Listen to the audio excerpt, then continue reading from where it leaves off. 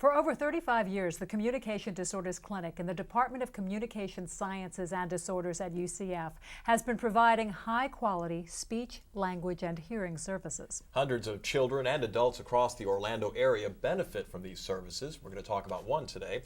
Audiologist Melissa Riess is here to share more about this community-based program. Thank you so much for joining us today, Melissa. Sure. Let's talk a little bit first about hearing aids. We've I think all had a grandparent or something who perhaps had one of the big boxes or things that they'd put in their clothing to carry around to be able to hear better. But there's been a lot of advances. Let's start with those advances that are helping us hear a little better.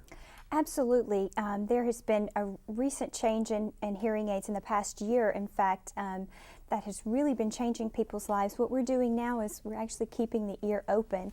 In some of these models you can see we're no longer stuffing the hearing aid into the ear and making everything digital or mechanical sounding. So we're able to use the hearing aid along with the natural hearing, and people are just amazed at how much better they hear. It's been tremendous in my clinic and in the field of audiology. So we're not just amplifying all the sounds that are coming in. Absolutely. We're also able to fit a much larger population. There's been a large number of people that have felt they hear okay in most situations, but in background noise, or they don't hear female voices so well. Situational, when we used to try to fit them with a hearing aid, it used to make it worse, really. They would prefer to live their life with their hearing loss, even though that wasn't the best option. And now we're able to fit that loss, and people are amazed at the difference it's making in their life. My own mother, for so many years, we would say to her, "You can't hear us." "Yes, I can," huh? Something like that. And there was such denial, and there was such a struggle to actually get her to, first of all, admit there was a problem, and second of all, do something about it. And that's not an unusual, we were just so frustrated with her, but that's not an unusual thing to happen, is it? It's not. From the diagnosis of hearing loss to actually fitting hearing aids, the average time is 7 years. So that's 7 years that this family is struggling to help this person hear. If you're a parent, you may have a child that, do you think maybe they have a slight hearing problem or a major hearing problem? How do you go about just starting the process?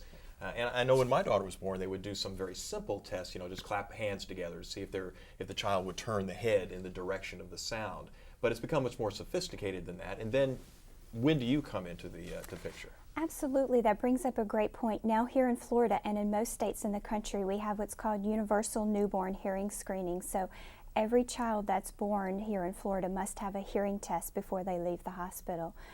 Doesn't mean that hearing loss won't occur later on in their life as an infant, but at that point, that's the first intervention. There's a screening program. If that shows that there might be some hearing loss, they're immediately referred to an audiologist for further diagnostic testing, and our goal is to actually have these children fit with hearing aids by 3 months of age. It's a lot of work to keep them in their ears. Parents are always trying to find new ways.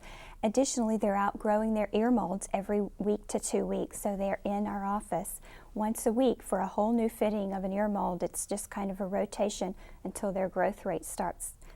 Now, if a parent suspects hearing loss, then they either need to contact an audiologist directly or get the pediatrician involved and get a referral.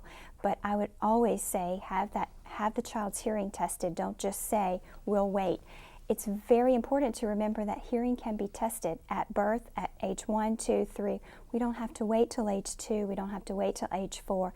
And in fact, we don't want to wait that long because we're missing critical time. Sometimes it's even a speech problem. The child is having trouble speaking, and it's not even a speech problem. It's actually because they can't hear. It's actually a hearing problem, yes. We see that quite often. They'll be referred for a speech evaluation, and the speech language pathologist usually says, "Before I begin therapy, I want to have a hearing test done." So they'll refer, and we'll check. And in fact, recently we've seen that case severely in several children. They're age 7 and had severe hearing loss that had gone undiagnosed until this age.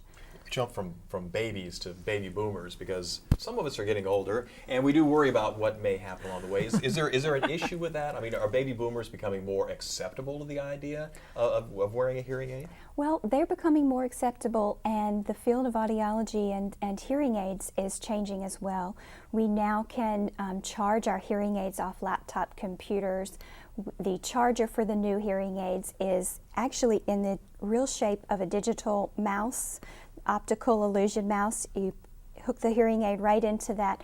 So it's changing as well. The hearing aids, as you can see in some of these examples, are coming now in fashionable colors: reds, purples, Yeah, we've got some leopards, nice silvers. purples here. There's a blue and a black, so you metallic can color gray. coordinate your outfit with your hearing aid, I suppose. And you can actually, there are a set, now you do have to see the audiologist, but we can change that out. So we're changing, and they are as well, because they're involved in a lot more meetings, they're a lot more socially active and engaged, and the hearing loss is hindering their activities. So they are seeking services. The recent story that I heard that was funny is that a guy had his hearing aid in. It was one of these models except a different color. And the flight attendant came to him and said, "Sir, you're going to have to take off your cell phone now. Oh. We're taking off." You know, and he said, "No, this is a hearing aid." Thought it was his Bluetooth So there. that's working, exactly yeah. what she thought it was, and he was on the phone. So we're changing, and society is changing. And we'll talk a little bit more about that when we come back.